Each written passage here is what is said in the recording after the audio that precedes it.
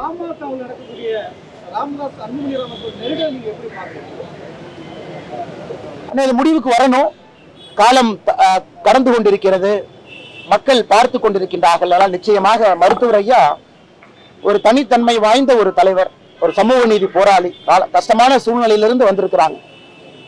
ஆனால் நிச்சயமாக எனக்கு நம்பிக்கை இருக்கிறது, சமாதானமாக ஒரு மனதோடு இதெல்லாம் முடிவுக்கு கொண்டு வந்து நிச்சயமாக தமிழக மக்களுக்கு சில கட்சிக்குள்ள இருக்கக்கூடிய குழப்பங்கள் எல்லாம் விரைவில் தீர்ந்து இந்த கூட்டணியினுடைய தன்மை முழுமையாக மக்களுக்கு புரிந்து, யார் திமுக இருக்காங்க, யார் என்டிஎல் இருக்காங்க, யார் சகோதரர் விஜயோடு இருக்காங்க, யார் சகோதரர் அண்ணன் சீமான் அவர்களோடு இருக்கின்றார்கள் என்கின்ற ஒரு வெளிப்படைத்தன்மையான ஒரு விஷயம் மக்களுக்கு வேகமா தெரிய வேண்டும் என்பது என்னுடைய நோக்கம்.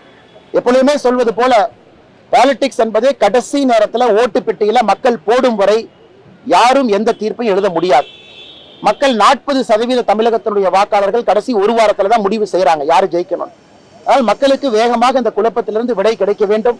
அது நிச்சயமாக எல்லா கட்சிகளும் அதை நோக்கி பயணிப்பார்கள் என்ற நம்பிக்கை இருக்குங்க.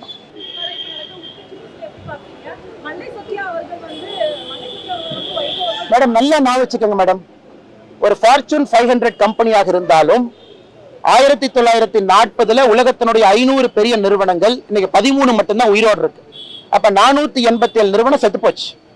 அரசியல் கட்சி எப்ப 2வது தலைமுறைக்குள்ள வருதோ அப்ப பாதி செத்துரும்.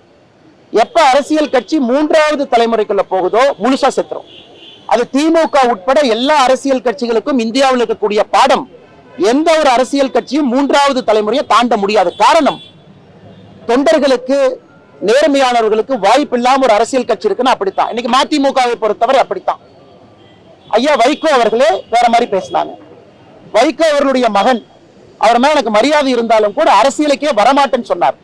இல்ல எங்க அப்பா எனக்கு அரசியல் தனிச்சிருக்கேன். இன்னைக்கு அரசியலுக்கு வந்திருக்கார்.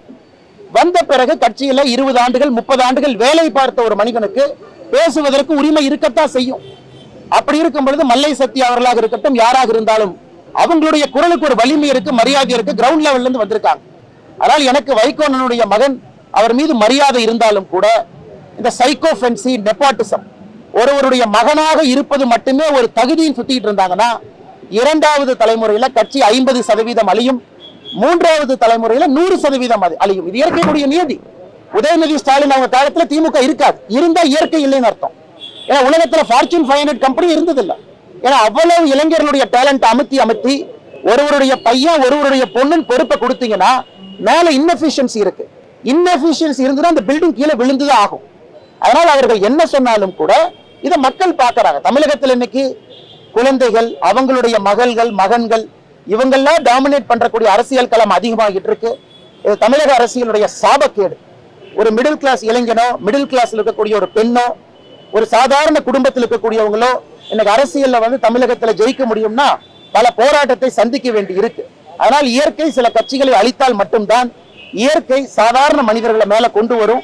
அது நிச்சயமாக நம்முடைய காலத்தில் நடக்கும் என்கின்ற நம்பிக்கை எனக்கு.